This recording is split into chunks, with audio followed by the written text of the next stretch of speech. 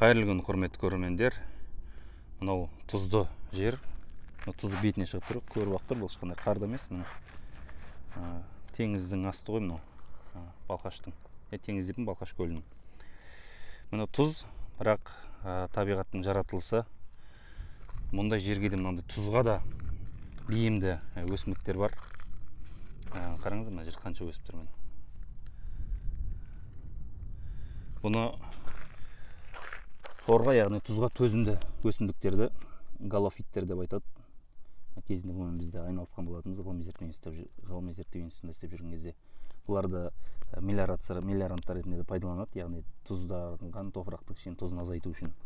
Бұлардың ерекшелігі сол, бұлар тамырымен бірге қоректенген кезде суымен тұзды бойына сіңіре береді, бірақ тұзды жапырақтарына шығарып жібере алады. Бірақ бұлардың бір ерекшелігі үлкен, бұлар жапырақ болмайды, жаңағы жайқалып тұрған. Көрдіңіздер ме? Өйткені жапырақ болатын болса, күйетін еді оның бәрі. Тұздың концентрациясы көбейгендіктен. Міне, мына тималия деп атайды, мына өсімдікті. Бұл өсімдік негізі өте мықты болып келеді. Бұлардан негізі нелер жасауға болады. Кендір арқандар да жасайды бұлардан.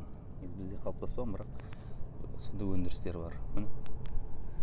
Яғни тұзданған топырақ болса да, ол жерге бір нәрсені өсіруге болады. Ең бастысы соған төзімді, тұзға төзімді галофиттің түрін табу керек, яғни өсімдікті галофиттерді. Содан кейін осындай жайқалтуға да болады екен. Өйткені табиғатта өзінің табиғи түрде кездесетін түрлері де бар.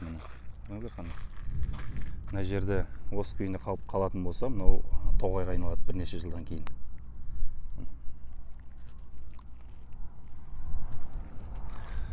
Сұрақтарыңыз болса қойыңыздар.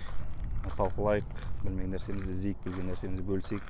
Қалай әдемі өсіп жатыр, жап-жасыл, кәдімгі бойында фотосинтез процесі өте жақсы жүріп жатыр. Ешқандай бір қиналып та тұрған көрмейсің, жерде күйзелісте тұрған.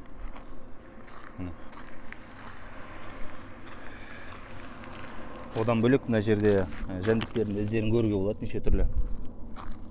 Мына жерде құмырсқалар өмір сүріп жатыр деген, яғни жер болса, яғни топырақ болса болды екен ғой. Бұл жерде қараңыздар, мына жерге мыналар өсімдіктер өсіп жатыр. Бұны ертең биотүсімдер шірейді, бұл жерге қалады, оның бетіне жайлап гумус қабат қалыптаса бастайды, яғни органика қалыптаса бастайды. Міне мына жерде жылқының қилары жатыр дегендей.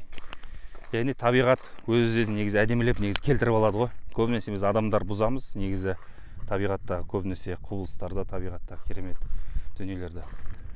Ал өзі жаратылыстағы заңдылыққа сай, мыналар өздерімен өзі негізі қалпына келе алады. Тұздар қандай мына тұз, міне қараңыз қалай кіріп кетіп жатыр ішіне.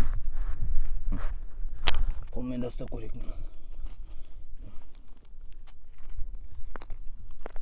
Былтыр осы жерден өткен дәмін көрген болатын, одан кейін дәмін көргім келмейді. Өте ас тұз сияқты емес бұл. Өте кішкене тамағына кетпей қоятын, тамағын күйдіріп жүретін тұздар.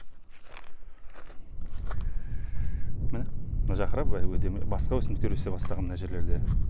Мына жерлерде өсімдіктің басқа түрлері пайда бола бастапты. Өйткені мына жақтың тұздар азая береді. Бетіне органикалық қабат қалыптаса бергендіктен осындай өсімдіктің басқа түрлері өсе бастайды. Өсімдіктердің олар мына жаққа қалай келеді деген сұрақ. Ол міндетті түрде желмен ұшып келеді. Одан кейін білеміз, көбінесе жылқылар малдың үстіне жабысады, көбінесе негізі ол жаратылыстың заңдылығы сол. Бейім келеді ұшуға, бір нәрсеге жабысуға, немесе оны мал жейтін болса, адам да жеп қоятын болса, құс жейтін болса, оңа құс саңғырығы, малдың тезегі, сиық, жылқының көңі деген сияқты. Сонымен осы шірмейді олар. Асқазаннан ас қорыту жүйесіне өтсе де. Сонымен осында жерге келіп, түскен жерден бастап шыға бастайды екен деген сияқты. Кейде адамдар да тасиды, үстімізге жабысып қалады, кейде шұлықтарымызға жабысады деген. Яғни жаратылыстың қандай кереметтігі, қандай бейім келеді бұлар. Міне жол жөнекей. Ана жерде міне жыңғылдар басталып жатыр деген секілді.